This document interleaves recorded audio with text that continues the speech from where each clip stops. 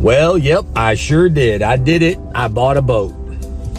I like this boat. Let me tell you a little bit about my backstory on a boat. So I've never been a big gamer, or hunting or fishing. I love fishing. Hunting, I could do without it. But fishing, I love it. I love doing it, but it's not one of those things that I'll drop everything to do it. I'm a fisher of men that needs to be a fisher of fish too. And so back in the day, I'm going to say back in 1994 to 96, I started a TV broadcast with my good friend, Fred Rodriguez. It was called the South Texas Sportsman. Today, he continues to operate it, and it's taken on an evolution called the Texas Sportsman. Hunting or Texas Sportsman Outdoors. Great show, great man. Just enjoy, and I love him greatly. But whenever we would go out, one of the greatest times that we had were always on the boats. Always had a good time with boats and enjoyed ourselves greatly with these boats. And so I owned a boat. First boat I ever owned was a little bass boat, 16-footer, 50 horsepower, Chrysler engine, old thing. But I did pretty good on the boat, caught a couple of fish, would go out a couple of times, my wife and I. And then I ended up making it available for another friend of mine, gave it to him, and he had a good time on the boat. And then years later, my father bought another boat, Bayliner, one of those that you can go fast, zip around, but you really couldn't fish on it. So he traded it in for a fishing boat, a Baymaster. We had a good time with that one, 150 horsepower. Now my father passed away, and I continued to use the boat and had a good time with it. Then moved up to Dallas. Didn't have a boat. Wished I had a boat. Went fishing, caught little tiny fish, nothing big, nothing stellar, but would fish and have a good time. But always said, I need a boat. When we came down to South Texas now, and we bought a 4x4 pickup truck before we came down, and my wife said, we got to buy a boat if we're going to go down there. So started looking at the boats. The last time we bought a brand new boat, I mean, it was like $25,000, $28,000. Man, the rig was incredible. 25-footer, Baymaster, 150 Evinrude motor. Oh my gosh, this thing was stellar. Had even a bathroom on the boat, you know, one of those little hideaways. And it was a great boat.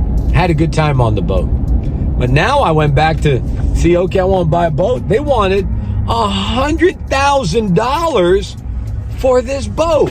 I said, are you kidding me?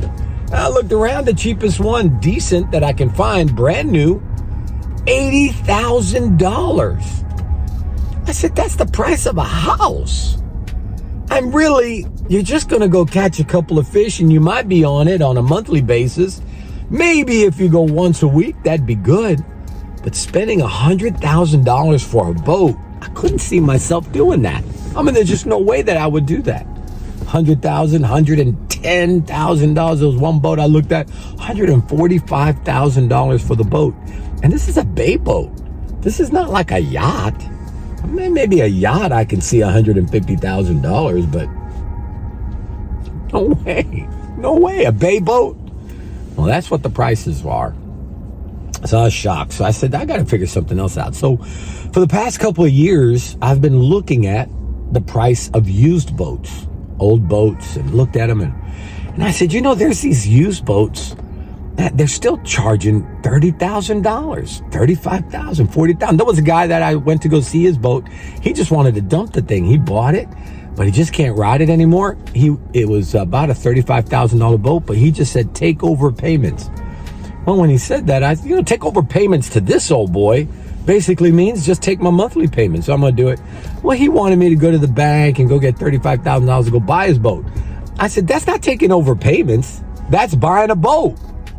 I said, make up your mind. You want to sell me the boat, or you want me to take over your payments? He says, well, I really want you to buy the boat. And I said, well, I only want to take over your payments.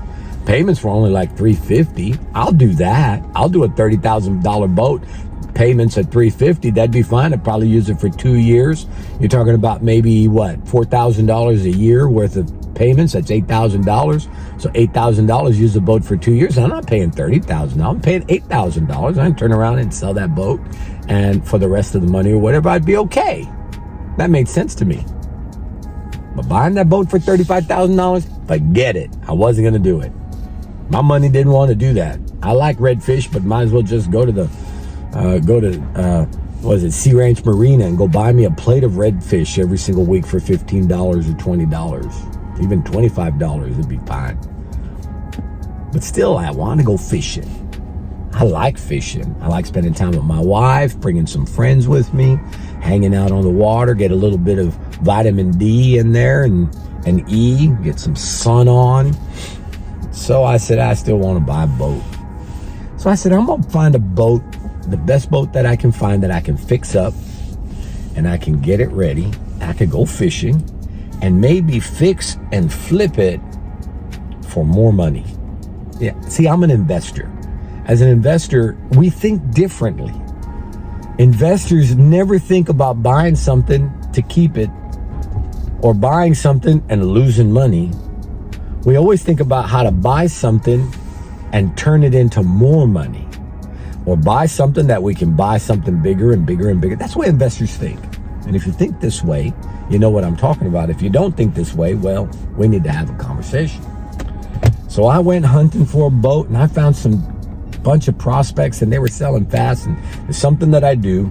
I go to the Lord and I said, if you don't want me to buy this, then sell it. And that's what would happen. And I go to buy something and it would sell. It would sell. It would sell.